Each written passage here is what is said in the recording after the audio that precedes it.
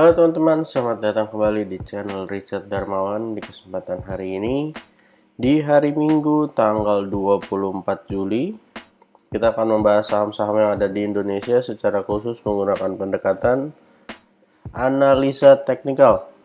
Pada kesempatan hari ini kita akan bahas kurang lebih ada 7 saham. Yang pertama saham ADMR, saham GZCO, saham IATA, saham ESA, saham Japfa, saham ASA, dan yang terakhir saham Arto. Yang pertama kita akan bahas ADMR dulu. ADMR pada perdagangan Jumat terakhir ditutup mengalami kenaikan 3,51%. Masih dalam upaya untuk nge-breakout dari area 1785, di mana closingnya sendiri di area 1770. Selain nge-breakout area resisten, saham ADMR juga berusaha untuk nge-breakout area trendline, di mana beberapa waktu terakhir memang kita ketahui bahwa ADMR sedang mengalami fase downtrend.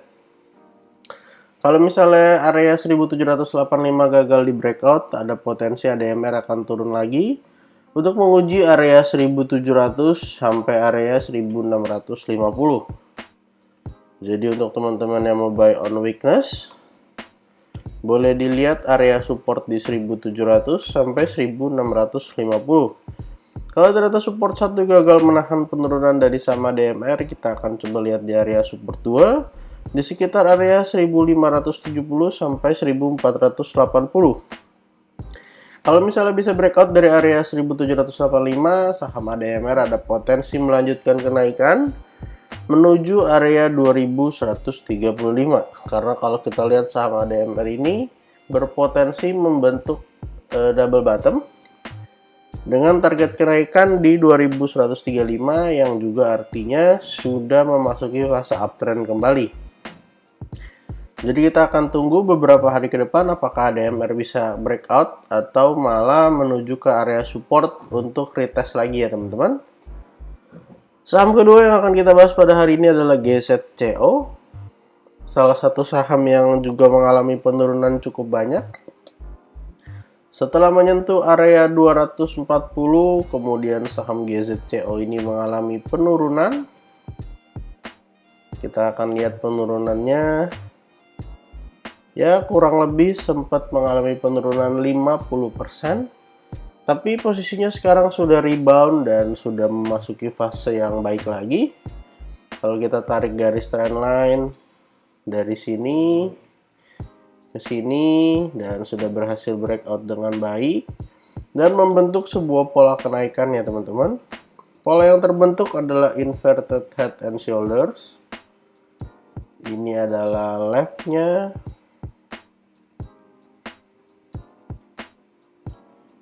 Yang di tengah adalah headnya.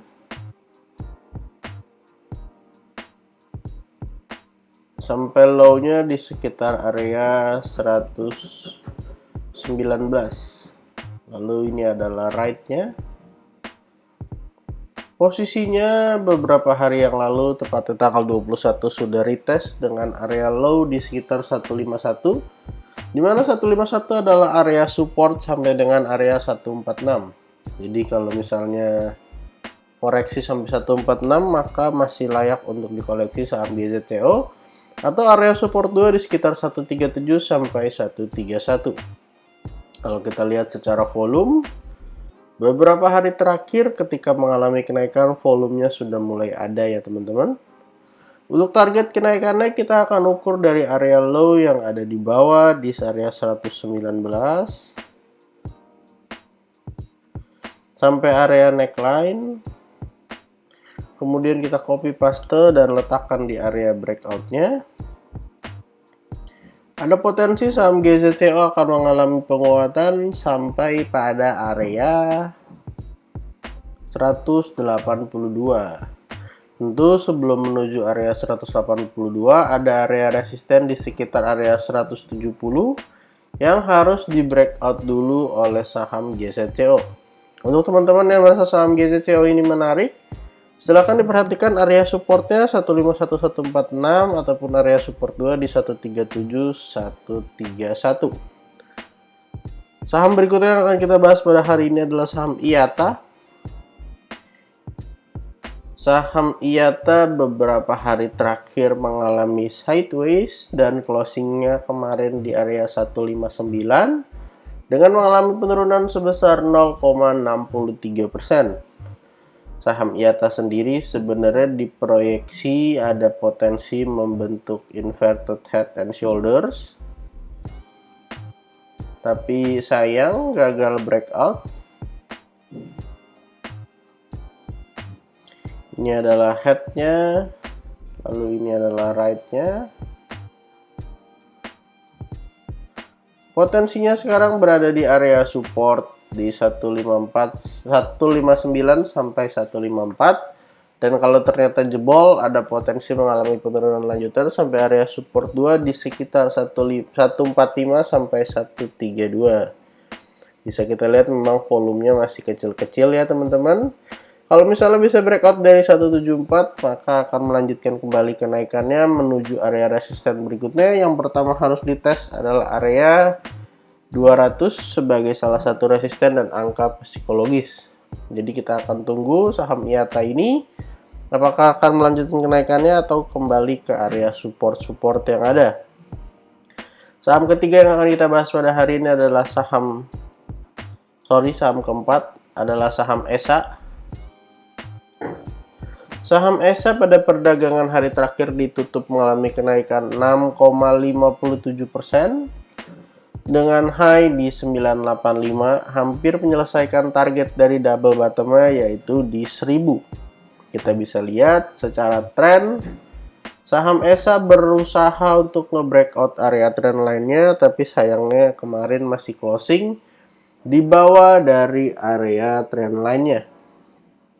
Untuk volume sendiri sudah tidak usah diragukan lagi, volume 3 hari terakhir atau tepatnya di tanggal 22 dan juga 20 Juli itu cukup besar 2 hari itu, walaupun di tanggal 21 Juli di mana doji volumenya tidak terlalu besar.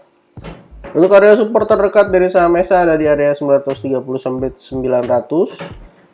Dan kalau area support 2-nya di 840 sampai 810. Kalau misalnya bisa breakout dari area trend line dan menyelesaikan target di area 1000, maka ada potensi saham ESA akan melanjutkan uptrendnya dan menuju ke area resisten berikutnya. Untuk teman-teman yang tertarik dengan saham ESA, silahkan diperhatikan area support dan area resistennya. Kalau merasa cocok, silahkan dibeli. Saham berikutnya yang akan kita bahas adalah JAPFA. JAPFA pada kesempatan Jumat lalu ditutup mengalami koreksi 1,94%, berada di sekitaran area resisten, di mana area resistennya di sekitar 1550 sampai area 1580. Saham JAPFA sendiri membentuk sebuah pola yang menarik, yaitu cup and handle di sini. Setelah mengalami koreksi beberapa waktu terakhir, saham JAPFA membentuk pola kenaikan lanjutan.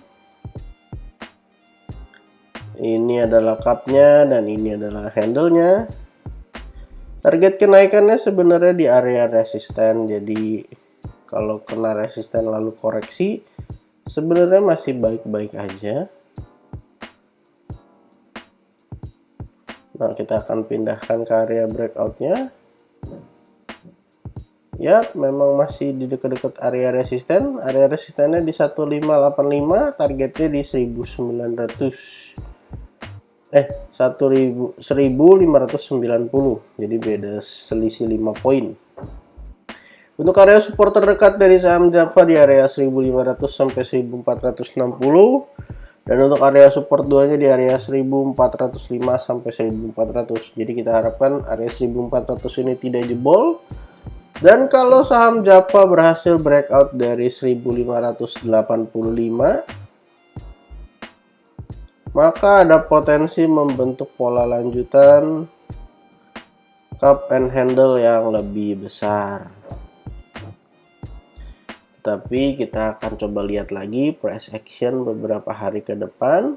Apakah memang saham JAPFA akan melanjutkan kenaikannya atau akan menuju ke area support dulu untuk retest.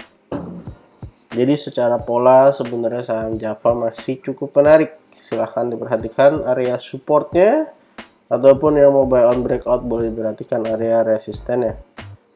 Saham berikutnya yang akan kita bahas pada hari ini adalah saham ASA.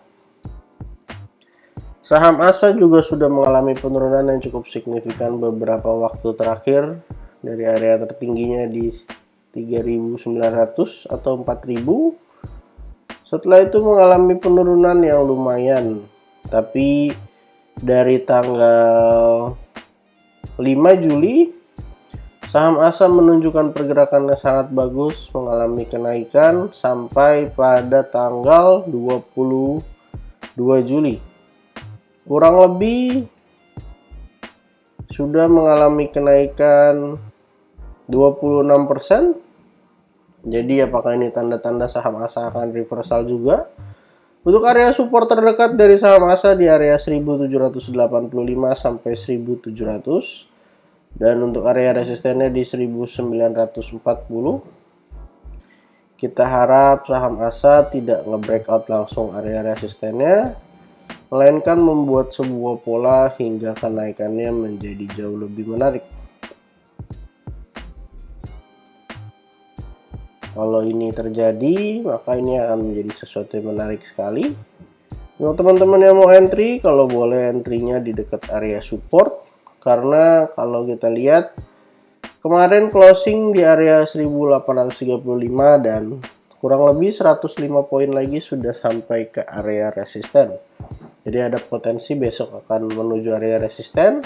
Kalau koreksi kita boleh buy on weakness di sekitar area 1700. Disclaimer on, silahkan dianalisa lagi. Saham terakhir yang akan kita bahas pada hari ini adalah saham Arto. Saham Arto pada perdagangan terakhir ditutup doji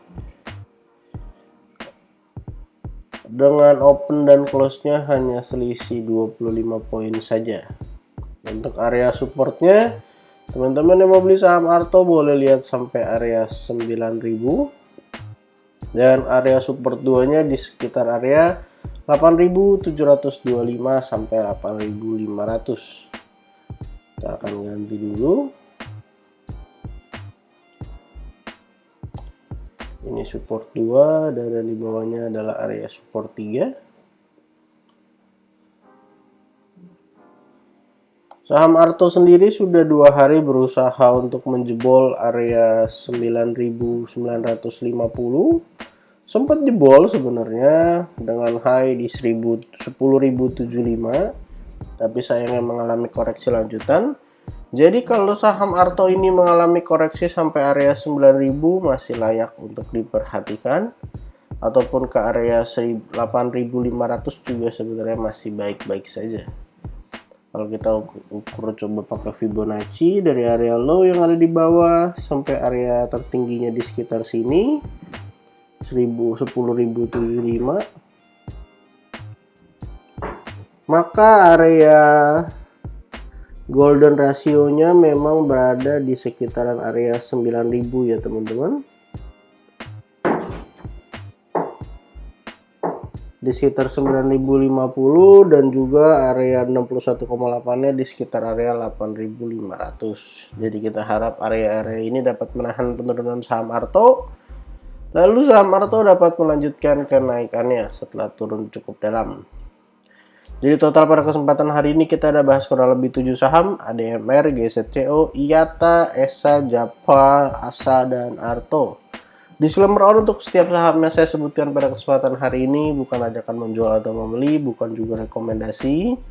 Silahkan teman-teman lakukan analisa lagi. Kalau sesuai dengan analisa teman-teman silahkan diperhatikan dan di entry. Kalau nggak sesuai silahkan di skip aja, lalu cari saham-saham lainnya yang jauh lebih menarik.